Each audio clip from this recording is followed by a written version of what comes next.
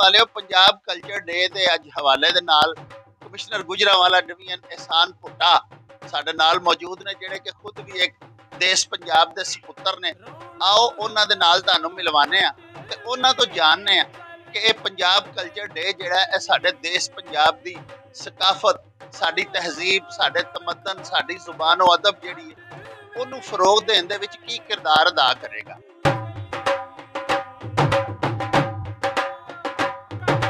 बहुत शुक्रिया जी, तुसीं मौका दिता। अज सारे दुनिया नूं पता कि अज 14 मार्च नूं पंजाब कल्चर डे मनाया जा रहा है। अच्छा, ये कल्चर डे मनाया क्यों जाता है? इसलिए कि अपनी जी रवायात ने, अपनी जी हिस्टरी है उन्होंने जिंदा रखा जाए। अच्छा, जिंदा रखने लिए कोई एदा मतलब है कि असीं पंजाब दा कल्चर भुल गए हाँ, एक दिन असीं मनावांगे बाकी 364 दिन असीं भुल जाएंगे, यह तो नहीं ना होना चाहिए। तो मकसद यह है साडी जी हिस्टरी है, तसफ़ुफ़ देखो, सूफिया कराम देखो, जिन्होंने इत्थे मुहब्बत का पैगाम दिता है धरती के उत्ते। उन्हों की शाह हुसैन देख लो, बुल्ले शाह देख लो, ते बाबा फरीद साहब देख लो, उन्हों की शायरी देखो, इन्नी जबरदस्त शायरी है, तसफ़ुफ़ है, शेक्सपीयर तो भी वध के वारिस शाह का कलाम है। तो ये जी है ना साडी यंग जनरेशन तो पता ही कोई नहीं। यही साड़ी हैगी है कि अज का दिन इसलिए मनाया जाए कि वज़ीर आला साहब का घूमते पंजाब बड़ा अच्छा इकदाम है कि उन्हें दिन मनाने की कोशिश की है। जिस तरह याद है ना कि सिंध है उत्थे अजरक डे मनाया जाता है, तो मैं गिलगित बल्तिस्तान रहा तो उत्थे भी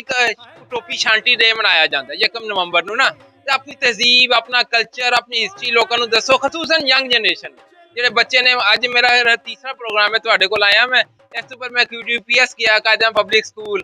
आर्ट्स कौंसल गया, उत्थे अपना लोकल शायरी जी है हीर रांझा, वारिस शाह, वो भी सुनी है, वो लोकल आर्टिस्ट ने सुनी है। उन्होंने जरा जी थपकी दे के तस्वीर खिंचा के उन्होंने हौसला कितना बढ़ गया। यही चीज़ होंगी है कि यार अपने आर्टिस्ट नूं, अपने जी यंग जनरेशन उन्होंने पता चले कि साडा कल्चर की है, तो इनू किस तरह अगे लैके जाना है। तुसां सुनिया साडे कमिश्नर गुजरांवाला ने कितनी खूबसूरत गल्लां कीतियां। साडी वाकई अगली पीढ़ी नूं ये भी नहीं पता, जिवें कमिश्नर साहब फरमाया है, होई वारिस शाह साहब 300 साल पहले फरमा गए सन कि बिना जान पछाण दे कौन समझे बोले बोलियां जो वारिस शाह मेरा। साडे बच्चियां नूं ते पता ही नहीं कि साडे वारिस शाह, साडे बाबा फरीद, साडे सैयद बुल्ले शाह, शाह हुसैन, हजरत सुल्तान बाहू, मियाँ मुहम्मद बख्श, साडे देश पंजाब दे जिहड़ा अदब है इहदे विच की खूबसूरत ते भरवां किरदार निभा के गए। बहरहाल असी उम्मीद कर रहे हैं साडी बड़ा सानू हलाशेरी मिली है कमिश्नर साहब दी गल्लां सुन के। अगर साडे इसे तरह ही ऑफिसर्स दे ते साडे वज़ीर आला पंजाब दे दिल दे विच देश पंजाब दी साडी मां बोली नूं प्रमोट करन दा ये जज्बा रहा ते इंशाअल्लाह वो दिन दूर नहीं जदों साडी मां बोली जिहड़ी है वो भी दीगर सूबियां दी जुबानां दी तरह देश पंजाब दे विच राज करेगी, तो साडे सारे पंजाब वासी जिहड़े ने वो देश पंजाब दी मां बोली दे उत्ते मान करनगे। प्यारे वेखन वाले हो, जैसा कि तुसी जानते हो कि अज वज़ीर आला पंजाब जनाब उस्मान बुज़दार होरां दी हदायत के मुताबिक सारे सूबे दे विच पंजाब कल्चर डे मनाया जा रहा है। साडे शहर गुजरांवाला दे विच भी अलहमदुलिल्लाह तमाम सरकारी ऑफिसर्स जिहड़े ने उन्होंने अज फराइज़ मनसबी दी अंजामदही के दौरान उन्होंने साडे देश पंजाब का आकाश जिहड़ा लिबास सी कल्चर के मुनासबत दे नाल वो पहनिया। DC साहब गुजरांवाला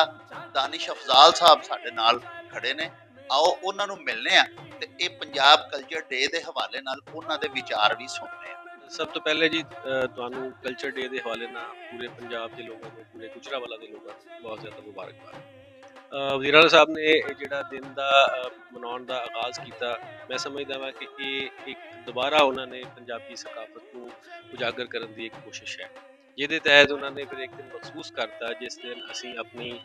जिहड़ी है वो रवायती लिबास और रवायती जिहड़ी पगड़ी है उहदे नाल जिहड़ी साडी लोक सकाफत है उन्होंने भी असी फरोग दईए।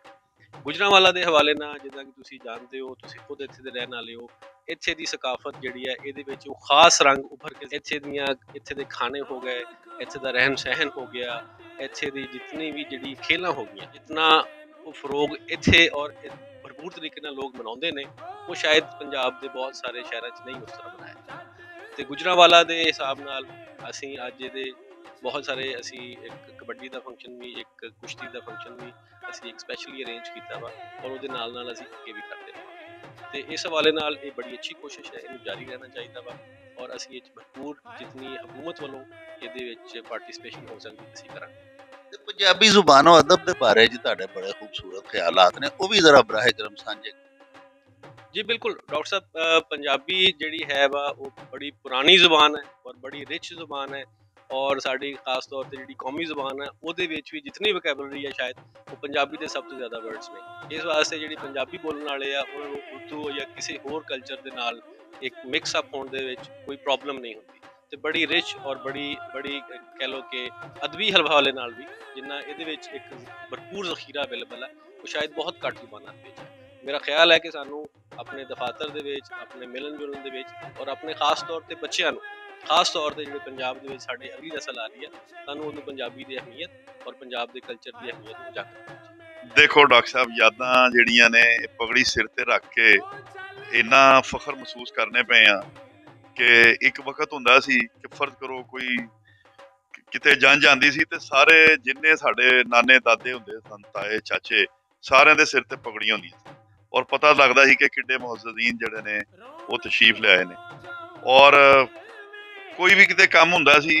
ਜਦੋਂ ਕੋਈ ਚਾਰਾ ਨਹੀਂ ਸੀ ਚੱਲਦਾ ਤੇ ਬੰਦਾ ਕਹਿੰਦਾ ਲੈ ਵੀ ਮੈਂ ਪਗੜੀ ਲਾ ਕੇ ਤੇਰੇ ਅੱਗੇ ਰੱਖਾਂਗਾ। ਇਹ ਤਾਂ ਸਾਡਾ ਕਲਚਰ ਹੈ ਜਨਾਬ। ਮੈਂ ਬੜਾ ਮਸ਼ਕੂਰ ਹਾਂ ਵਜ਼ੀਰ ਆਲਾ ਪੰਜਾਬ ਸਾਹਿਬ ਦਾ ਕਿ ਉਹਨਾਂ ਨੇ ਜਨਾਬ ਅਲੀ ਕਿਹਾ ਕਿ ਬਈ ਇਹਨੂੰ ਜਿਹੜਾ ਮਹਿਕਮਾਨਾ ਤੌਰ ਦੇ ਉੱਤੇ ਵੀ ਇਹਨੂੰ ਮਨਾਇਆ ਜਾਏ ਔਰ ਪੰਜਾਬੀ ਜ਼ਬਾਨ ਸਾਡੀ ਮਾਂ ਬੋਲੀ ਹੈ ਜਨਾਬ। ਅਸੀਂ ਬੜਾ ਫਖਰ ਮਹਿਸੂਸ ਕਰਨੇ ਆ ਕਿ ਅੱਲਾਹ ਪਾਕ ਨੇ ਸਾਨੂੰ ਪੰਜਾਬ ਦੇ ਵਿੱਚ ਪੈਦਾ ਕੀਤਾ ਔਰ 5 ਦਰਿਆਵਾਂ ਦੀ ਜ਼ਮੀਨ ਹੈ ਜਨਾਬ ਔਰ ਮਿੱਠੇ ਲੋਕ ਨੇ ਇੱਥੋਂ ਦੇ ਔਰ ਰਵਾਇਤ ਜਿਹੜੀਆਂ ਨੇ ਕੁਲ ਕੁਰਬਾਨੀ ਵਾਲੀਆਂ ਨੇ ਪਿਆਰ ਵਾਲੀਆਂ ਨੇ ਮੁਹੱਬਤ ਵਾਲੀਆਂ ਨੇ ਤੇ ਜਨਾਬ ਅਸੀਂ ਵੀ ਅੱਜ ਸਾਰਾ ਦਿਨ ਜਨਾਬ ਵਜ਼ੀਰ ਆਲਾ ਸਾਹਿਬ ਦੀ ਇਸ ਖੂਬਸੂਰਤ ਗੱਲ ਦੇ ਉੱਤੇ ਸਾਰਾ ਦਿਨ ਪੱਗ ਪਾ ਕੇ ਜਨਾਬ ਕੰਮ ਕੀਤਾ। ਰੌਣਕ ਹੋ ਜਾਉ ਛੱਟ ਵੇ ਚੱਲ ਮੇਲੇ